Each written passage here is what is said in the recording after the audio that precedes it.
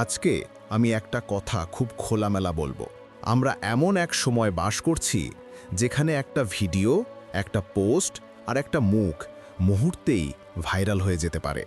আর সেই ভাইরাল হবার পেছনে থাকে শুধু একটা জিনিস, মানুষের ইমোশন।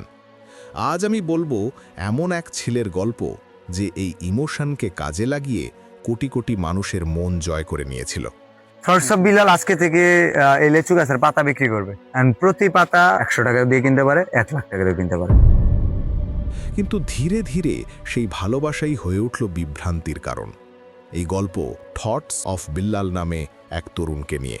বিল্লাল একজন সাধারণ তরুণ, শুরুটা একদম নিচ থেকে। হয়তো একটা ছোট ফোন, একটা ভাঙা ট্রাইপড আর অফুরন্ত স্বপ্ন ছিল তার হাতে। বলতো, ভাই আমি এখন মাসে লাখ টাকার ইনকাম করি। আর মানুষও শুনত, বিশ্বাস করত। কারণ মানুষ চায় আশা, মানুষ চায় বিশ্বাস করতে যে তারও একদিন হবে। ধীরে ধীরে সে ভাইরাল হতে লাগলো। এই কথা শুনে অনেকেই অনুপ্রাণিত হয়েছে। কেউ কাজ শুরু করেছে, কেউ জীবনের দিশা পেয়েছে। সব ঠিকই চলছিল, কিন্তু তারপর একদিন সব কিছু বদলে গেল।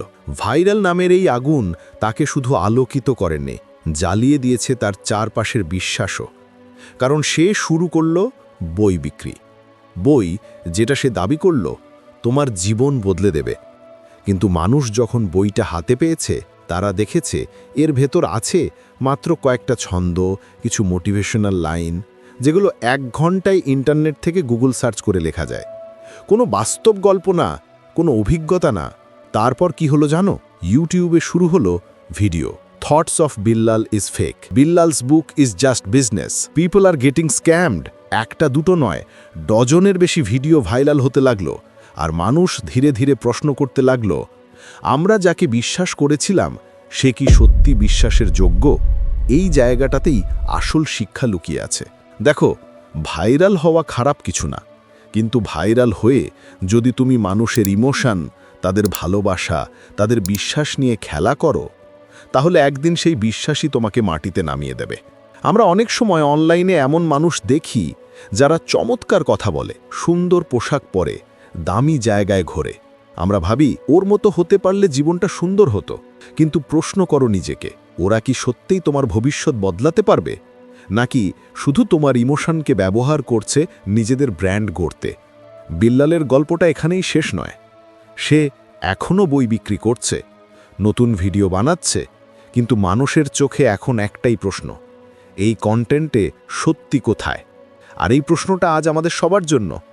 যে কোনো কিছু অনলাইনে দেখার আগে, বিশ্বাস করার আগে নিজের মাথায় প্রশ্ন করো, এটার ভেতরে আসল ভ্যালু আছে তো?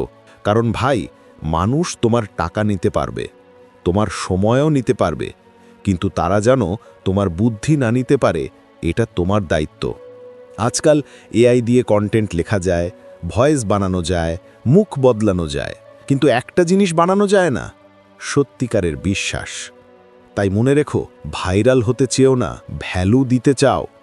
মানুষকে প্রভাবিত না করে তাদের অনুপ্রাণিত করো। তুমি ছোট জায়গা থেকে শুরু করো, তবুও যদি সত্যি বলো, একদিন তোমার কণ্ঠই হবে লক্ষ মানুষের প্রেরণা। যদি এই ভিডিও থেকে তুমি কিছু শেখো, যদি মনে হয় সত্যিকারের কথা বলেছি, তাহলে ভাই একটা অনুরোধ, এই চ্যানেলটা সাবস্ক্রাইব করো। কারণ আমি বিশ্বাস করি, যদি তুমি আমার সাথে থাকো, এই চ্যানেল শুধু তোমার সময় নেবে না, তোমার ভবিষ্যৎ গড়ে তুলবে।